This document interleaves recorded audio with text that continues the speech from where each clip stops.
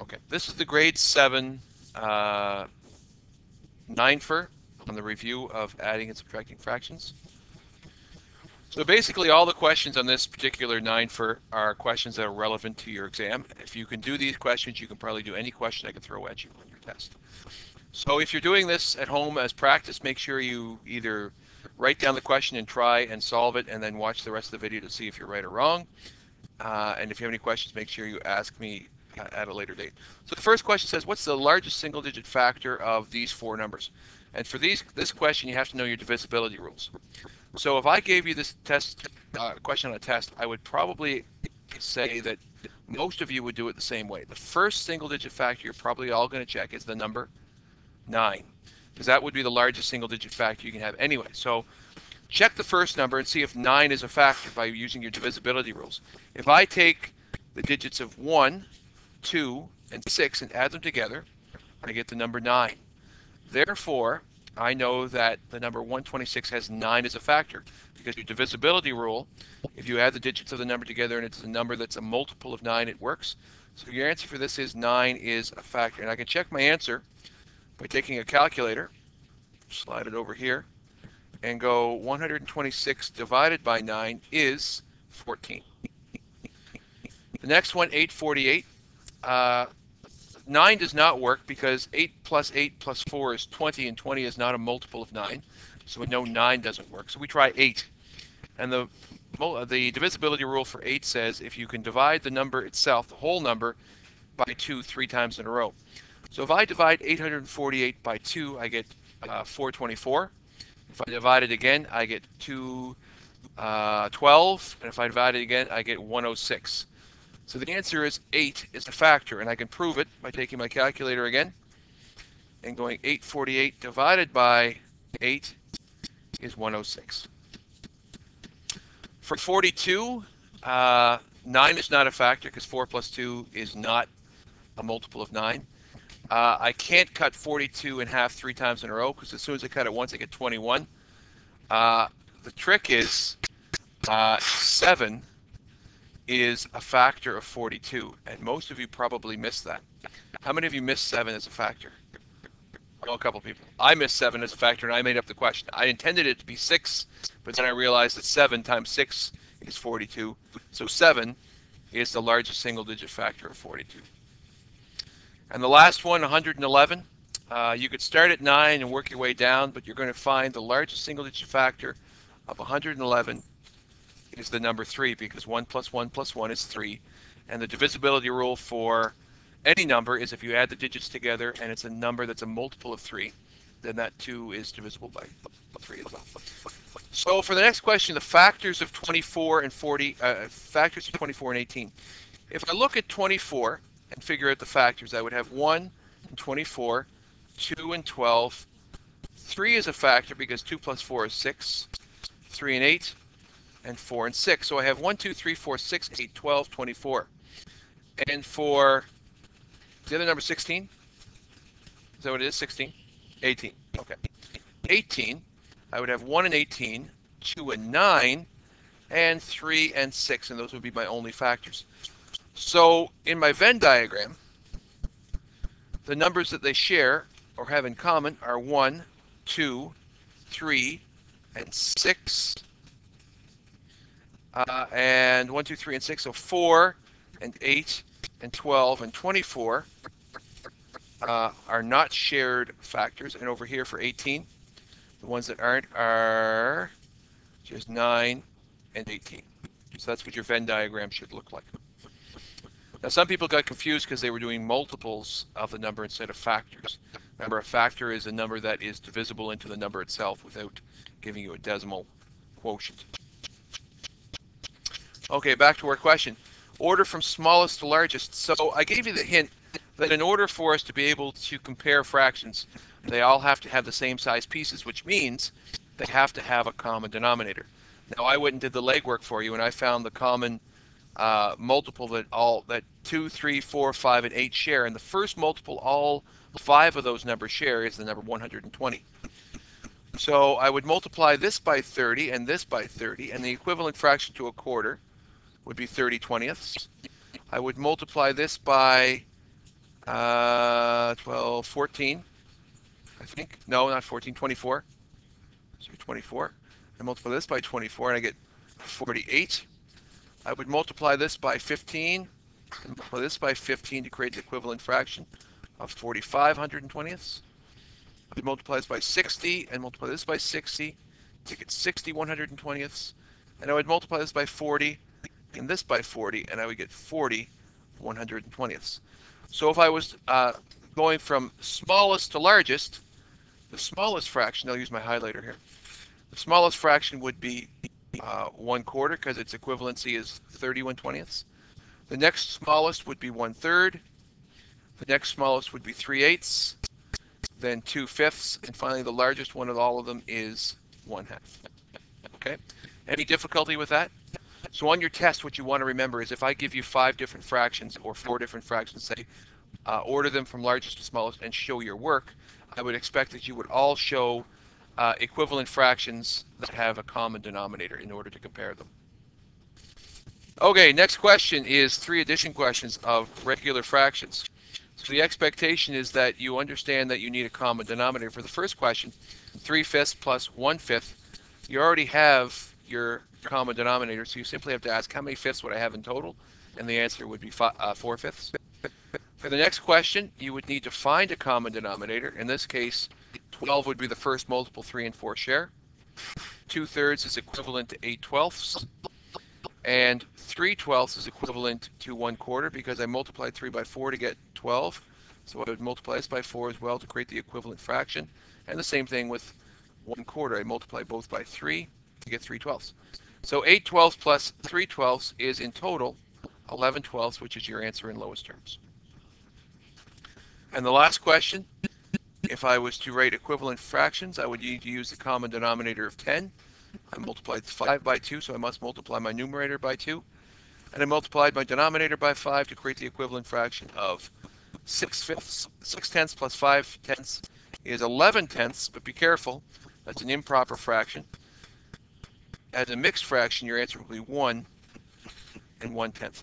11/10 is correct, but if you have an improper fraction on a test, you should always change it back over to mixed if you can. The next question is actually just an interpretation question. It says 3/8 plus 1/3. If I was to add those together, what would I get? I would need to cut all of this into a common sized piece, which would be 24ths. I would have 9 24ths equivalent to 3/8. I have 8 24ths equivalent to 1/3. And therefore I would have 17 24ths as your answer. Question number 6 is your mixed fraction additions. And for this one, when you have mixed fractions, the easiest thing to do is simply add your whole numbers and add your fraction parts, and you get an answer to the question. So for this one, I really want to think about, instead of 2.5, I want to think about it as being 2 and plus 1. I'm going to add this part of my mixed fraction and this part of my mixed fraction. And I want to add 1/2 and 1/4 together. So I'm going to add them separately. So 2 plus 1 is pretty simple. It's 3. And 1/2 plus 1/4 requires a common denominator of 8.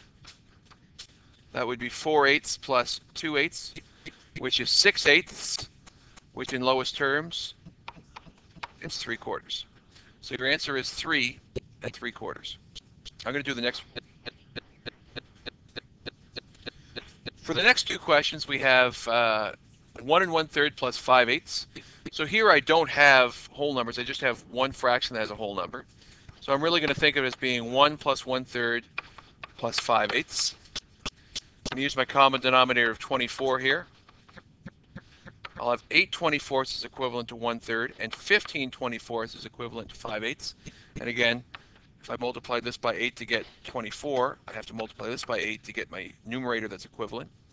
And if I multiply this by 3 to get my denominator 24, I must multiply my numerator by that to get the equivalent numerator. And when I do that, I would have 1 plus 23 24ths, which is equal to 1 and 23 24ths. In the third part of that question, it says 1.5 plus 1 3/8. Again, I'm going to add my whole numbers, and then I'm going to add my fractional parts. 1 plus 1 is 2, And a half plus 3/8 requires a common denominator of 8. 3/8 won't change, but 1/2 and 4/8 is equivalent. So therefore, this is going to add up to be 7/8, which makes my answer 2 7/8.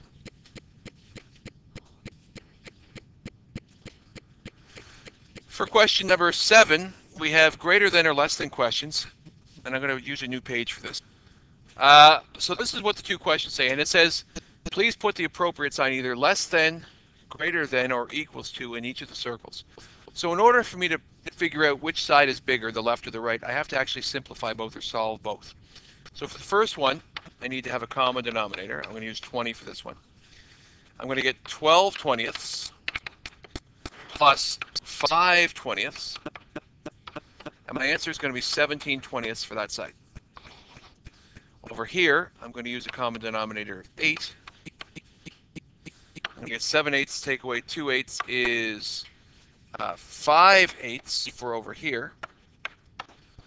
And now it says, which one's bigger? Can I compare them yet? Can I decide which one's bigger? No. In order to compare two fractions to each other, they need to have common denominators. So what is the first multiple both 20 and 8 share? Does anyone know? What is it, Sammy? 40 is correct. So what I'm going to do here, I'm going to move this down for a second, actually. So what I'm going to do is I'm going to rework this question so that I'm not comparing 17 20ths. I'm comparing two fractions that are equal. 34 40ths is equal to 17 20ths. And over here, 5/8 is equal to 25 40ths. So now I can compare them because now they have common denominators and they are the same size pieces. And I know that 30 40ths is greater than 25 40ths, so that is the appropriate symbol to use. 3/5 plus a quarter is greater than 7/8 take away a quarter. And in the last question of that particular part, it says 1/5 plus 1/3. Same process, I'm going to find a common denominator. So I get 3/15 plus 5/15. The answer for the left is going to be 8/15. And over here, common denominator is 20. 16 20ths take away 5 20ths. It is 11 20ths. This is going to be close because they look like they're just a little bit over half each, right? So now I have to find a multiple that both 15 and 20 share. What's a common multiple 15 and 20 share, Mr. Barlow? First common multiple. I'll read them out to you. 15, 30, 45, 60. 60 is correct. So 60 is the first multiple they both share. So I multiply this by 4 to get 60, so I'll multiply that to get 32 60ths. I multiplied this by 3, and so I multiply this by 3. I get 33 60ths.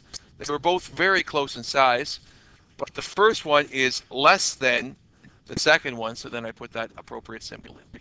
Okay? This type of question will be on your test, so make sure that if you're having difficulty with it, ask me for a couple more practice questions on it, or simply watch this video again and try this exact question one more time to see if you can do it right. Okay, question number 8 says 3 3/4 take away 1 1/5, and 3 3/4 take away 1 4/5. So the first question, when you have mixed fractions and you're subtracting, so the first thing you're going to do when you have mixed fractions is when you subtract, there's two ways to do it. If you know that the fractional part here is larger than the second fractional part, you can simply subtract the whole numbers and subtract the fractions. That will work. However, if you're not sure, the easiest method is to change both of these into improper fractions. And you will always get the correct answer, but it might make the numbers a little bit bigger. So 3 3/4 is equivalent to 15 quarters. Take away 6/5. Common denominator is 20. I multiply these by 5, so I get 75 20ths. Take away 24 20ths. That is going to equal 51 20ths, which is the same thing as 2 and 11 20ths. That's your answer. In the next question, I still have 15 quarters. This time I'm taking away 9/5. Common denominator is still 20. I already knew from the last one that the equivalent fraction is 17/20ths, and this will be 36/20ths. So when I subtract those two, I get 36, 37, 38, 39 20ths, which is 1 and 19/20ths. And your last question is, a bus is half full and a third get off. So if I do this question, if a bus is half full and a third of the bus gets off, it'll be a half a bus full, take away a third of the bus. Common denominator is 6. 3/6 take away 2/6 means there is 1/6 of the bus left on. If at the next stop the population of the bus triples, it will go from 1/6 to 3/6 because it's going to triple. 1/6 plus 1/6 plus 1/6. And if it triples, 1/6 in lowest terms is a half. So therefore the bus is half full at the last stop.